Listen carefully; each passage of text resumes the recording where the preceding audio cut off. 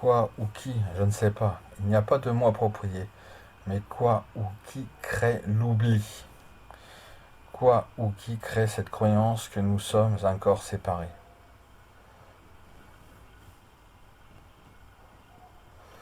Tout cela arrive-t-il si nous sommes tous la conscience? Et la conscience ne s'oublie jamais, elle est toujours consciente d'elle-même. Qui ou quoi crée cet oubli?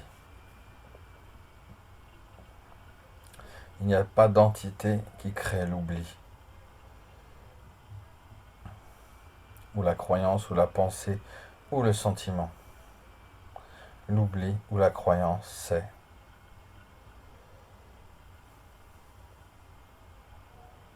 une apparition que la conscience elle-même assume.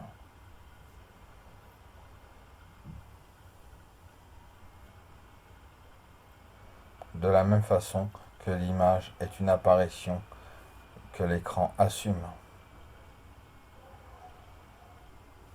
Il n'y a aucune entité différente de l'écran qui crée l'apparition d'une image.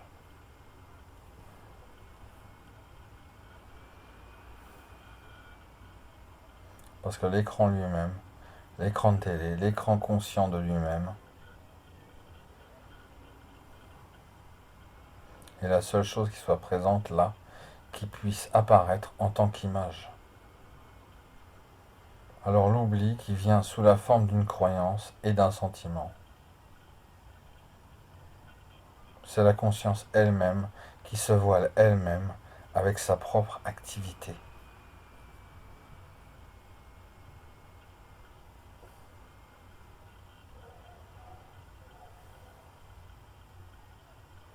Maintenant vous pouvez dire, bien,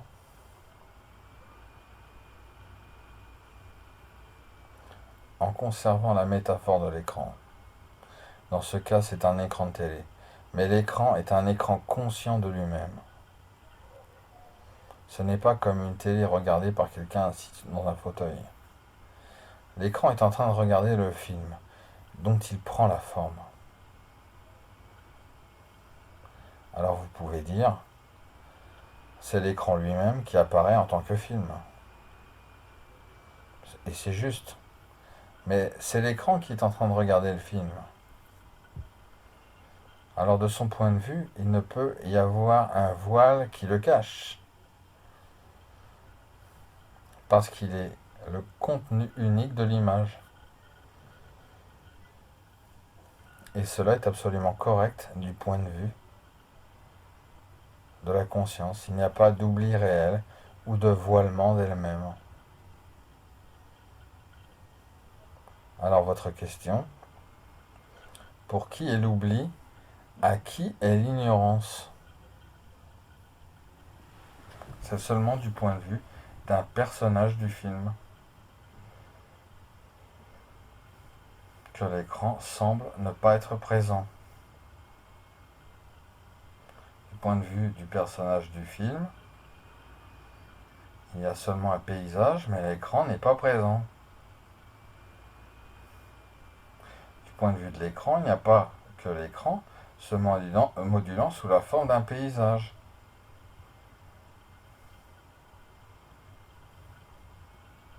Le personnage du film est le soi séparé. C'est seulement de son point de vue.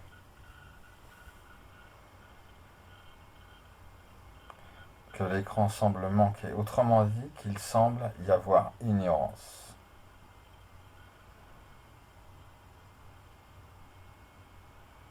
Alors l'ignorance est pour le personnage illusoire.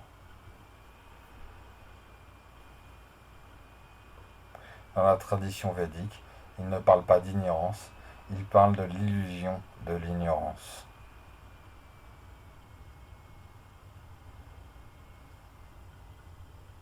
Parce que ce n'est pas réel du point de vue de l'illusion, la vue illusoire du personnage imaginaire. Autrement dit, l'ignorance est un point de vue.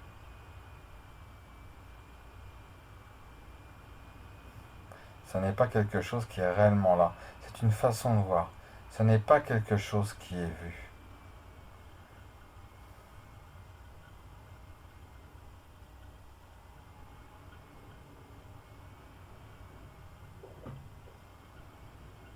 point de vue de l'écran qui est seulement le point de vue réel, du point de vue de l'écran conscient de lui-même, qui est seulement le seul point de vue réel parce que c'est la seule chose qui soit présente. Il ne se voile pas réellement. En d'autres mots, du point de vue de la conscience. Il n'y a pas de voilement d'elle-même. Parce que penser, sentir, percevoir sont simplement des modulations du fait de connaître. C'est seulement du point de vue du personnage dans le film.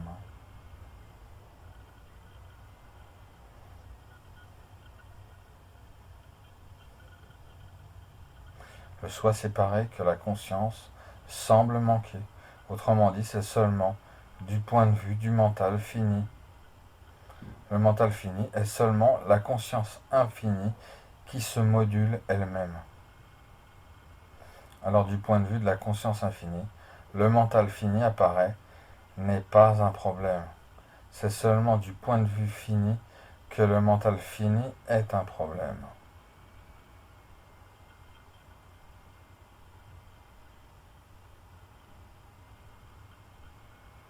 Autrement dit, l'ego est seulement un ego du point de vue illusoire d'un ego. La conscience ne sait rien d'un ego, ou d'un soi séparé, ou d'un objet séparé.